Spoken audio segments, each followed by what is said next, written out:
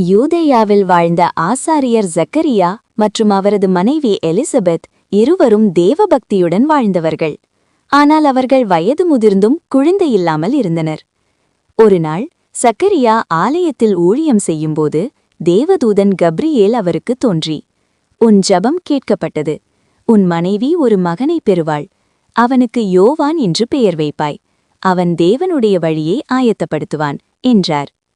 சக்கரியா முதலில் சந்தேகப்பட்டதால் அவர் பேச முடியாமல் போனார். ஆனால் தேவனுடைய வாக்கு தவறவில்லை. எலிசபெத் ஒரு ஆண் குழந்தையை பெற்றாள். அந்த குழந்தை பிறந்ததும் சக்கரியா மீண்டும் பேசத் தொடங்கினார். அவனுடைய பெயர் யோவான் என்று அறிவித்தார்.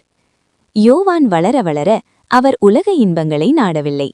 வனாந்தரத்தில் தனிமையில் வாழ்ந்து தேவனுடன் நேரம் செலவிட்டார்.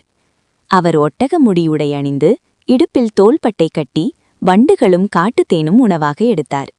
அவரது வாழ்க்கை மிகவும் எளிமையானது, ஆனால் உள்ளத்திலிருந்த தீவிரம் மிக பெரியது.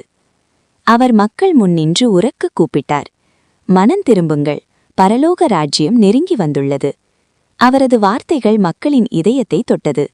பலர் தங்கள் பாவங்களை ஒப்புக்கொண்டு மனம் திரும்ப தொடங்கினர்.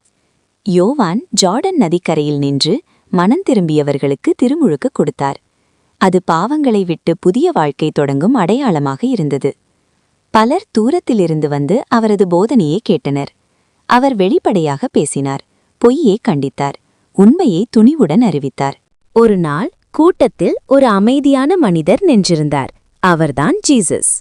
யோவான் அவரை கண்டதும் உணர்ந்தார், இவர்தான் உலகத்தின் பாவத்தை நீக்கும் தேவனுடைய ஆட்டுக்குட்டி. இயேசு யோவானிடம் திருமுழுக்கு பெற வந்தார்.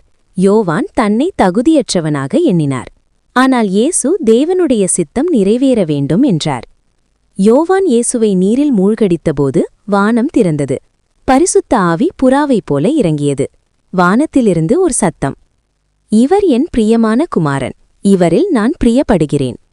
அது ஒரு வரலாற்று சிறப்புமிக்க தருணம். யோவான் பயப்படாதவர்.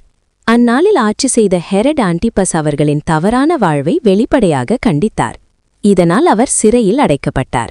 சிறையில் இருந்தபோதும் அவர் மனம் தளரவில்லை. இறுதியில் அவர் உயிரை இழந்தார். ஆனால் அவரது வாழ்க்கை வீணாகவில்லை. அவர் தேவனுடைய வழியை ஆயத்தப்படுத்தினார். மக்களின் இதயத்தை மாற்றினார். உண்மைக்காக நின்றார்.